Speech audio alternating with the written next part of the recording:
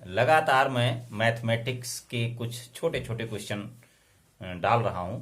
बड़े सवाल भी डाले हैं 9th और 10th वालों के लिए भी, लेकिन इस समय मैं 1-2 महीने से केवल छोटे बच्चों के वीडियो बना रहा हूं, क्योंकि बड़े क्लास में पहुंचने के बाद जब पता चलता है कि छोटे क्लास की चीज़ उन्हें नहीं आ रही थी तो बड़ा मुश्किल सा लगने लगता है। तब वो सीखें तो टाइम नहीं बचता, इसलिए मैंने सोचा है कि जो जिस क्लास में बच्चा है उसको उसी क्लास में चीज़ें आनी चाहिए।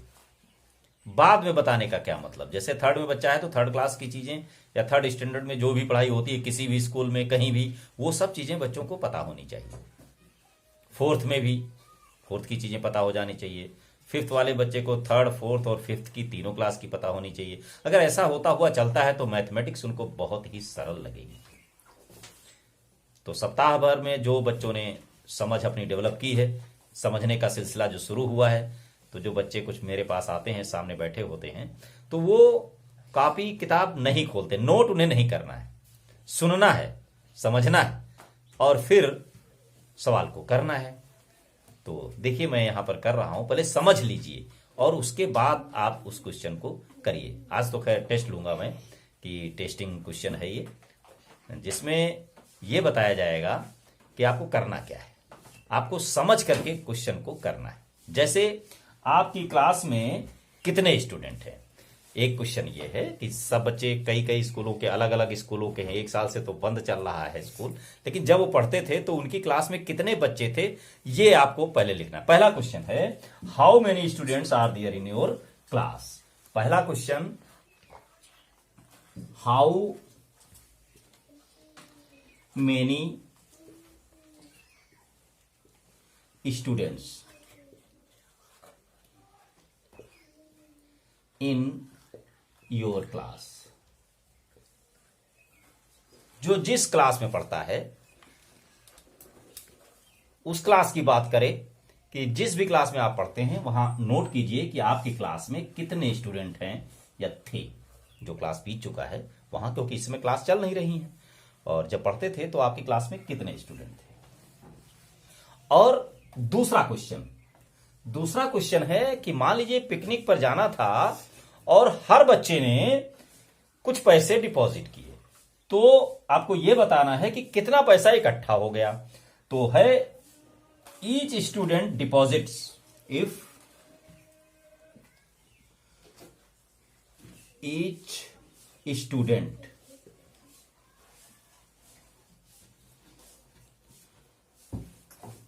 डिपॉजिट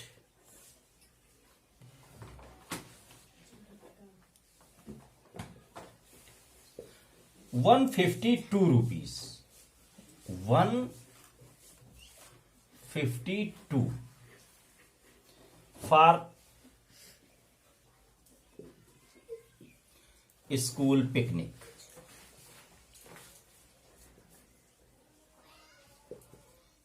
स्कूल पिकनिक के लिए हर बच्चे ने ₹152 जमा कर दिए।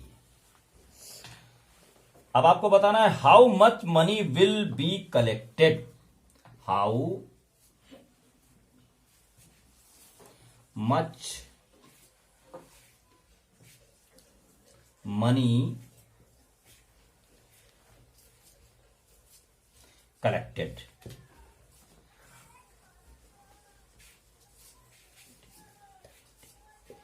कितना पैसा इकट्ठा हो गया ये आपको बताना है। 2 क्वेश्चन हो गए। अब ये बताना है कि मान लीजिए आपको कुछ फूड के आइटम खरीदने, आपको एस्टीमेट दिया गया कि आपको कुछ फूड के आइटम खरीद के लाने हैं, तो अब उसको बताना है आपको। अब सारे क्लास के बच्चों के लिए, यानी आपकी क्लास में जितने स्टूडेंट थे सबके लिए कुछ खरीद कर लाना है। और ये 3rd क्वेश्चन है, और बजट है आपका, पैसे हैं आपके पास ₹3000। ₹3000 लेकर के आपको मार्केट में जाना है और खाने की सामग्री खरीद कर लाना है। इसमें से अब पैसे कम पड़ जाएंगे तो आपको मिलेंगे नहीं, कुछ पैसे बच सकते हैं। इस तरीके की लिस्ट आपको तैयार करनी है कि खाने के लिए आपको जो पसंद है उसका नाम लिखिए और जितने आइटम है उतने खरीदेंगे। जैसे टॉफी खरीदा बर्गर खरीदा या पराठे खरीदे, जो भी आपको मर्जी है खरीदिए, एस्टीमेट यही है कि 3,000 रुपए के अंदर होना चाहिए। और 2-3 आइटम आप खरीदिए, 4 आइटम, 5 आइटम, चलिए 5 आइटम की लिस्ट बनाइए। आपने क्या चीज खरीदी वो लिखिए, और वो कितने की हुई वो लिखिए, उसका रेट क्या था।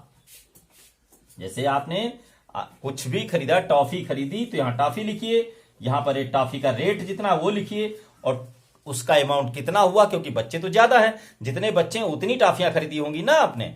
ये हो गया। फिर केले खरीदे तो केला यहां लिखिए, अपनी मर्जी से लिखिए, मैं तो एग्जांपल दे रहा हूं कि आपको क्या लिखना है। आप उनके लिए लंच पैकेट तैयार करना है, आपको खरीदने जाना है, तो वो सामान लिखिए, उसका रेट क्या था और टोटल कितना पैसा इसमें खर्च हो गया। फिर इस तरीके से आपको 5 आइटम खरीदने हैं, हर बच्चे को 5 आइटम देने हैं।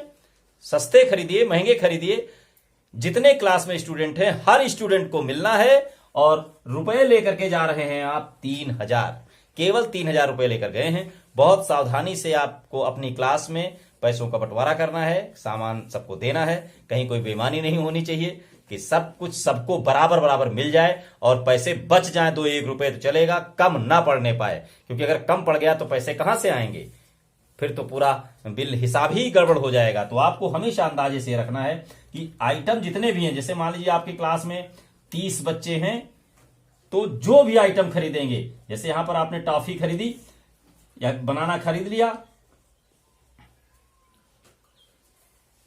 ये बनाना खरीदा आपने मान लीजिए, और एक बनाना होता है 3 रुपए का, और आपकी क्लास में है 30 स्टूडेंट, तो यहां पर लिखेंगे 90 रुपीज का हो गया। 3 रुपए का एक बनाना था ना, ये रेट है, ये रेट है कि किस रेट में था, और ये अमाउंट है कितना पैसा हो गया। इस तरीके से पूरी लिस्ट तैयार कीजिए, और फिर देखिए आपने क्या बना लिया। आप अपने माइंड को दौड़ाना शुरू कीजिए, काम करना शुरू कीजिए। अब जिंदगी जीने के लिए ये सब करना ही पड़ेगा। मैथमेटिक्स का सही यूज कीजिए, जो आपने समझा है अब तक उसका आज प्रयोग कीजिए। इस होमवर्क को आप लीजिए, अपने मन से सवाल बनाइए और आंसर दीजिए, जवाब दीजिए। वीडियो को सब्सक्राइब कीजिए और अपने मित्रों को भी ये सवाल भेजिए। धन्यवाद।